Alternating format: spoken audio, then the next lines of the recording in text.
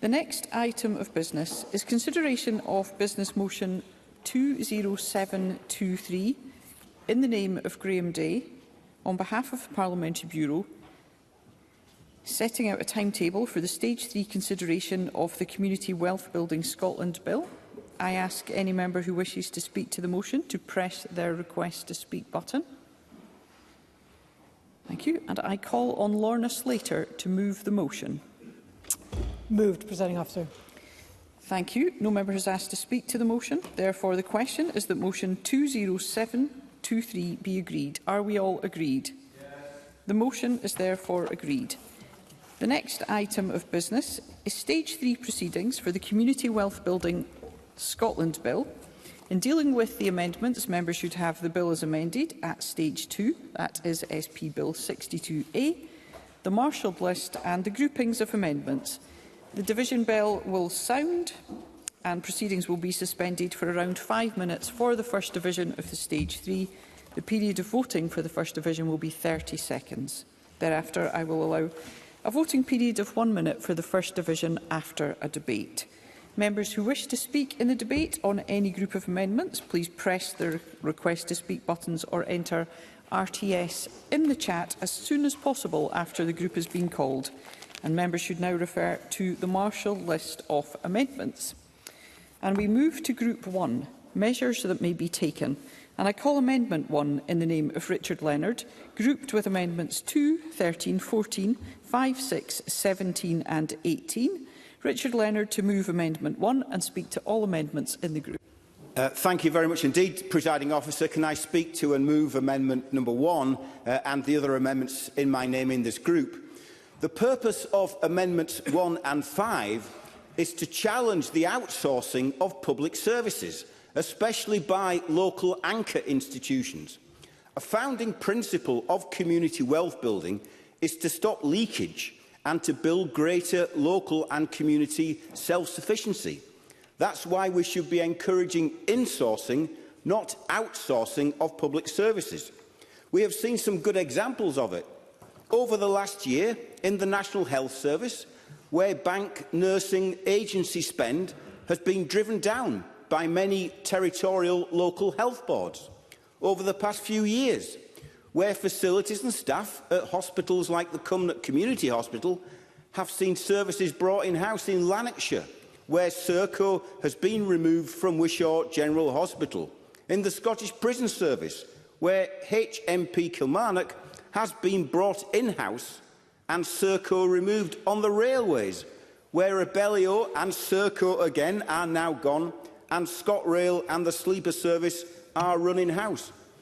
A recent STUC commissioned report into outsourcing pointed out that the outsourcing of social care and soft facilities management in particular means that women are much more likely to be outsourced than men. Para 9.3 of that same STUC report addresses the 5 pillars of community wealth building, and let me quote it. Each of these elements of community wealth building is undermined by the outsourcing of public services.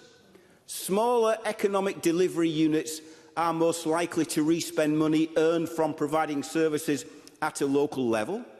The smallest economic unit of delivery is directly employed staff, and the shortest supply chain is direct provision.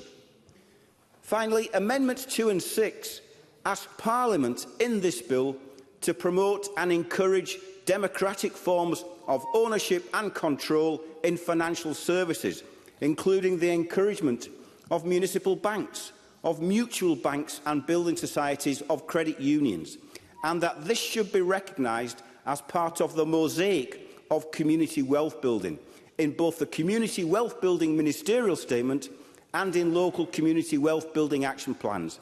It was a feature of the Economy Committee's Stage 1 report, and finance is one of the key pillars of community wealth building.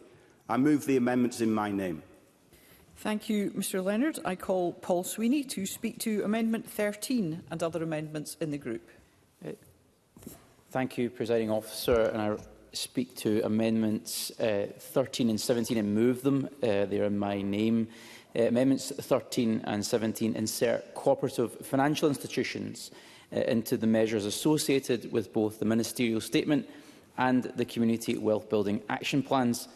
Amendment 13 would require the Scottish ministers to set out how they will promote or support cooperative financial institutions when setting out the measures that they are or intend to take to support community wealth building. And Amendment 17 would ensure that promoting or supporting cooperative financial institutions is included in the list of measures that community wealth building partnerships may include in their community wealth building action plans. So these amendments will act to support the already valuable contribution that cooperative finance institutions such as credit unions make to our local communities and economies. And I would therefore commend these motions to Parliament and invite all members to support. Thank you very much.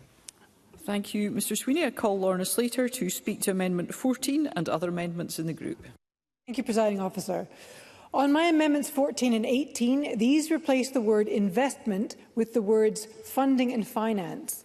The line that is affected, promoting access to investment opportunities that provide a benefit to the community and to local businesses, was a late stage 2 amendment by the Scottish Government. It wasn't made completely clear to me why this was added, and it didn't come from any of the evidence that we took at EFW committee, although there were many questions raised about funding for community wealth building and access to finance.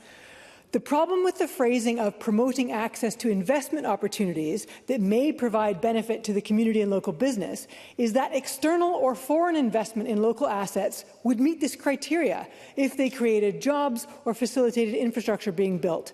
Neither of which are bad things, but that is absolutely not what community wealth building is. Community wealth building is the community and local people owning the assets and benefiting from them.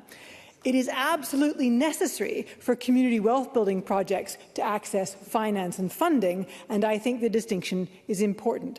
So I would ask members to please support my amendments so as not to inadvertently undermine the purpose and intention of the bill.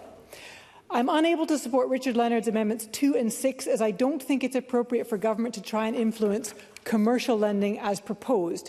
I think that Scotland's enterprise agencies should improve their support for cooperatives and other democratic and employee-owned business models. And I think that there should be more done to support mutual banks and credit unions, and I would have supported any amendment framed in that way.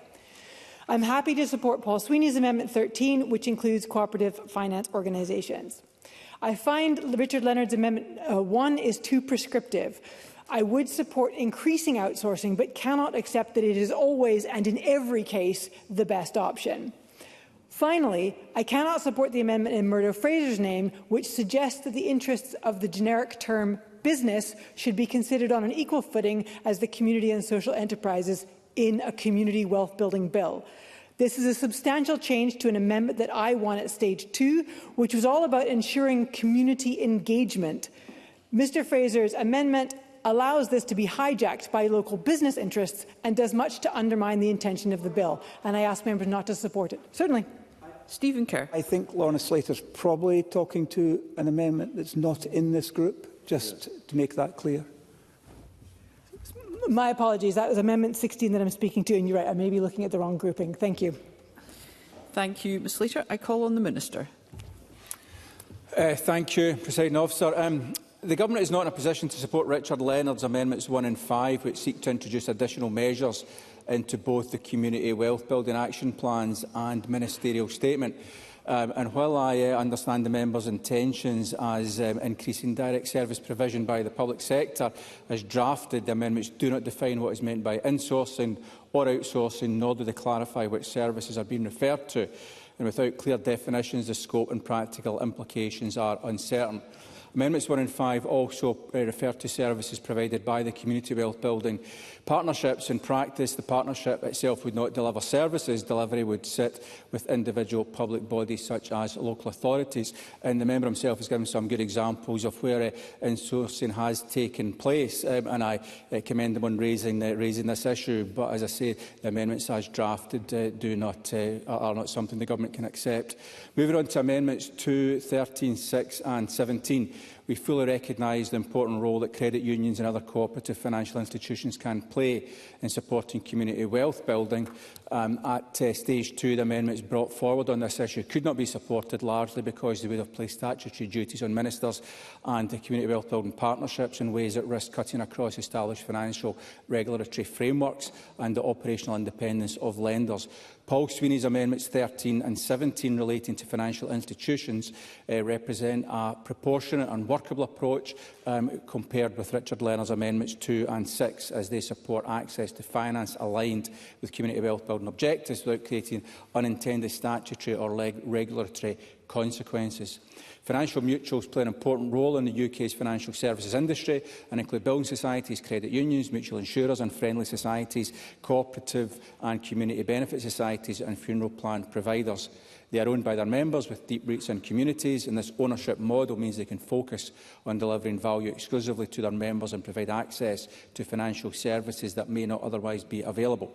As such, they support the generation, circulation and retention of wealth in their communities. The Scottish Government regularly engages with the financial services sector, including mutuals and regulators, to identify and raise specific needs of consumers, communities and organisations based and operating in Scotland. And although my position is to oppose Amendments 2 and 6 in the name of Richard Leonard, the Scottish Government is open to working with the member and other colleagues to identify how best to use our engagement with the sector and the regulator to unlock the barriers that exist and to support investment by financial mutuals in our communities. On Lorna Slater's Amendments 14 and 18, I consider the term investment to be sufficiently broad and appropriate in this context. Is already part of the wider community wealth building framework that investment activity must support local benefit and the retention of wealth in communities in line with the community wealth building approach. In my view, the term does not imply support for extractive or externally driven investment models. The wider purpose and principles of community wealth building make clear that activity must align with inclusive, locally rooted economic outcomes. And I don't understand the members making the distinction between investment on one hand and funding and finance on the other. I think that the current wording is wider, more accurate and better aligned with the aims of the bill, so the Government cannot support the amendments in Lorna Slater's name. Thank you, Presiding Officer. Thank you, Minister. And I call on Richard Leonard to wind up and press or withdraw Amendment 1. Thank you, Presiding Officer. I must say it's interesting that the Minister recognises examples of insourcing, some of which have been conducted by his own government, but then goes on to say he can't define what insourcing is on the face of the bill. So I'm slightly confused by his position on that. Of course, yeah. Minister. What I said was that the member hadn't accurately defined insourcing in his amendments. Richard Leonard. On the one hand, we're told that this is a general permissive piece of legislation and we can't have too much prescription in it. And now I'm being told I've not been prescriptive enough with these amendments. So, again, I'm slightly baffled by the position that the Minister and the Government are taking. Let me also go back to something which the Minister told me in stage 2 about insourcing. He said to me that it would have, in his words, an unintended consequence.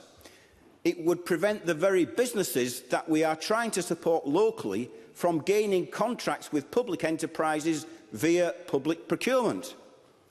But what this is about is bringing services in-house to local public sector organisations. This is not about procurement. The beneficiaries of the contracts, I mean, are not local small and medium-sized enterprises.